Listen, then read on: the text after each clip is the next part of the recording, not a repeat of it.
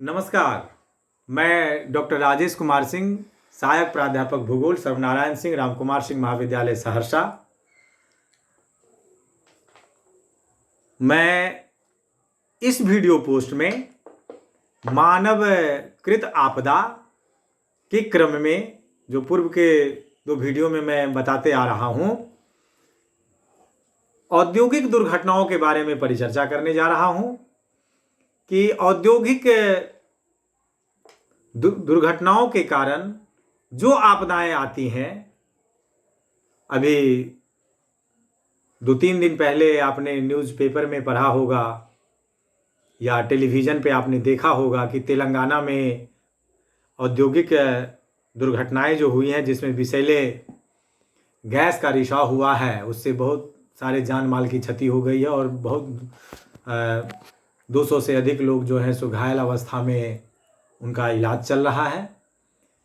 और भारत में औद्योगिक दुर्घटना के संदर्भ की जब हम लोग बात करते हैं, औद्योगिक आपदा की जब हम बात करते हैं, तो बरबस हमारे मानस पटल पर भोपाल गैस त्रासदी जो है वो आ जाता है।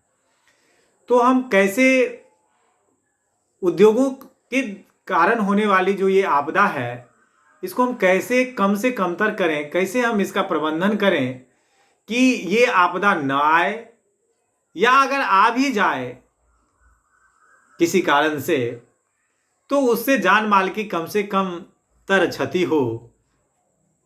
इसी विषय वस्तु पर हम लोग चर्चा करने जा रहे हैं। तो मैं प्रारंभ करता हूं।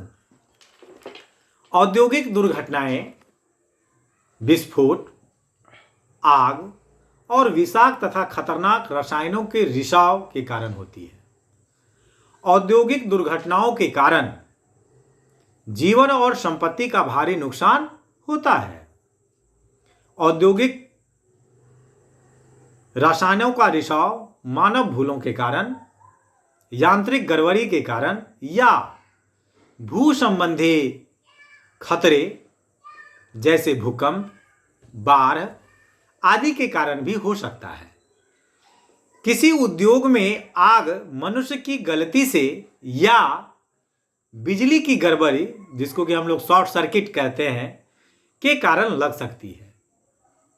औद्योगिक दुर्घटनाओं का क्या प्रभाव पड़ता है, हम लोग उसको जानते हैं। औद्योगिक परिसर में और उससे लगी हुई बस्ती औद्योगिक दुर्घटना के समय सबसे अधिक खतरे में का सामना करती है। पास के क्षेत्र में रहने वाले कर्मचारी और निवासी और उनके जानवर तथा फसलें इन दुर्घटनाओं से बुरी तरह प्रभावित होती हैं। एक बहुत बड़े क्षेत्र का पर्यावरण प्रदूषित हो जाता है। खतरनाक रसायन वातावरण या जल संकायों में घुसकर घुल जाने से बहुत दूर तक खतरा बन जाता है। यहां तक कि औद्योगिक क्षेत्र के चारों ओर का पूरा परितंत्र ही क्षतिग्रस्त हो जाता है। वर्ष 1984 में भोपाल त्रासदी में यही हुआ था, जब 45 टन मिथाइल आइसोसाइनाइड गैस रिसकर पूरे वातावरण में फैल गई थी और 2500 से भी अधिक लोग मारे गए थे। आपको ये जानकर आश्चर्य होगा कि भोपाल गैस त्रासदी जो 1984 में हुआ था, उसका प्रभाव आज भी वहां देखा जाता है। आज भी बहुत सारे बच्चे उस क्षेत्र में विकलांग पैदा होते हैं। यानी कि उस गैस त्रासदी ने कैसे हम मानवों का, या वहां जो प्रभावित क्षेत्र के जो लोग थे, जेनेटिक रूप से उसको प्रभावित कर दिया। कल्पना कीजिए कि ये कितना भयावह आपदा है। इसलिए इसको कैसे नियंत्रित करना चाहिए, इस पर हम लोगों को गंभीरतापूर्वक समझना चाहिए और अमल करना चाहिए। विस्फोट, आग या विनाशक रसायनों के रिसाव से निर्माण भी बुरी तरह क्षतिग्रस्त हो जाती हैं। यदि रसायन गैस के रूप में होता है तो उसका भौगोलिक विस्तार बहुत तेजी और दूर तक होता है। विस्फोट या आग द्वारा हुई यांत्रिक क्षति से अनेकों लोग मर जाते हैं या विषैले रसायन की विषाक्तता से मर जाते हैं। हवा में घुला जहरीला रसायन श्वास द्वारा आंखों के रास्ते, त्वचा के संपर्क से और खाने के साथ शरीर में पहुंचता है। प्रदूषक पदार्थ शरीर में अपना प्रभाव तुरंत भी दिखा सकता है और दीर्घकालीन प्रभाव भी पड़ता है। तुरंत होने वाले प्रभाव में मृत्यु के साथ अन्य लक्षण भी होते हैं, जैसे चक्कर आना, सिर दर्द होना, चिड़चिड़ापन आना आदि।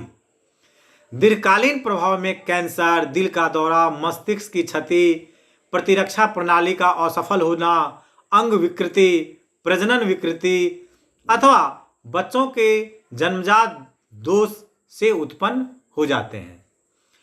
अब हम औद्योगिक दुर्घटनाओं का कैसे प्रबंधन करें ताकि इससे होने वाली क्षति को हम कम से कमतर करें, इसके बारे में जानते हैं। पहला, खतरनाक रसायनों की तालिका बनाना। यह महत्वपूर्ण है कि पूर्ण आवश्यक सूचनाओं के साथ संकटदायी यानी खतरनाक रसायनों की सूची बनी होनी चाहिए, जिसमें रसायन की विशेषता, भंडारण का स्थान तथा उसके संभावित खतरे सब कुछ लिखा होना चाहिए। यह सूचना प्रत्येक कर्मचारी और पड़ोस में रहने वाले सभी निवासियों को होनी चाहिए। सबको उससे उत्पन्न संभावित खतरों के विषय में ज्ञान होना चाहिए। संभावित जोखिम भरे क्षेत्र को विशेष रूप से चिन्हित कर देना चाहिए। खतरों से सावधान करने के साथ आपातकाल में बचाव के मार्ग से अवगत कराना भी आवश्यक होता है। दूसरा, उद्योगों का स्थान। उद्योग कभी भी रिहायशी इलाकों में नहीं लगाना चाहिए। औद्योगिक क्षेत्र और रिहायशी इलाकों में दूरी बनाने के लिए हरित पट्टी विकसित कर देना चाहिए। यहाँ मैं उल्लेखित करना चाहता हूँ कि चूंकि आप लोग भूगोल के छात्र हैं, आपने पढ़ा होगा या आगे की कक्षाओं में आप पढ़ेंगे उद्योग अवस्थिति का सिद्धांत, जो वेबर महोदय के द्वारा दिया गया था, जो कि उद्योग कहाँ स्थापित करना चाहिए, कैसे स्थापित करना चाहिए। तो अगर संभव हो तो आप उस सिद्धांत को जरूर पढ़िएगा। काफ़ी रोचक ही वो जो है सिद्धांत है, बहुत कुछ उससे आपको समझने का मौका मिलेगा। अब हम तीसरे उपाय के बारे में चर्चा कर रहे हैं, समुदाय की तैयारी यानी सामुदायिक सावधानी। समुदाय के सभी व्यक्तियों को खतरे की ओर उससे बचने की योजना की जानकारी होनी चाहिए। समुदाय के कुछ सदस्यों को संभावित खतरे पर नियमित रूप से ध्यान रखना चाहिए और सुरक्षा प्रशिक्षण में भाग लेते रहना चाहिए। चौथा, अन्य तरीके यानी उपरोक्त बताए गए 3 तरीकों के अलावा और कौन से तरीके हैं जिसके माध्यम से हम औद्योगिक दुर्घटना को कम से कमतर कर सकते हैं, उसके बारे में हम चर्चा कर रहे हैं।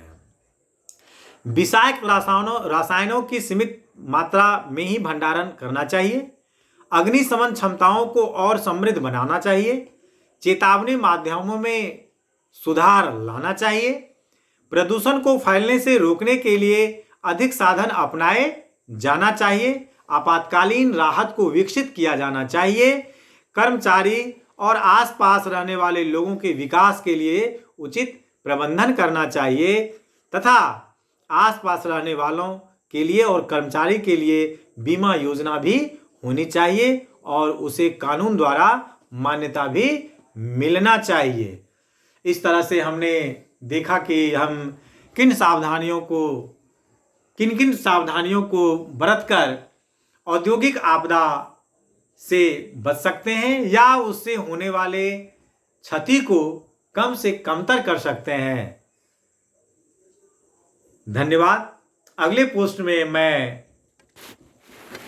जैविक आपदा और उसका प्रबंधन कैसे किया जाए उसके बारे में चर्चा करूंगा और इसके बारे में जानना हमारे और आपके लिए आज के समय में तो समीचीन हो ही जाता है, क्योंकि आज हम उस मानवकृत आपदा, जैविक आपदा कोरोना से ग्रसित हैं तो हम अगले पोस्ट में ये जानेंगे कि कैसे हम जो है सो जैविक आपदा, जो मानवीकृत आपदा है, उससे हम कैसे बचें, कैसे हम अपनी सुरक्षा करें और उससे होने वाली क्षति को कम से कमतर करें, इस संदर्भ में हम अगले पोस्ट में चर्चा करेंगे। धन्यवाद।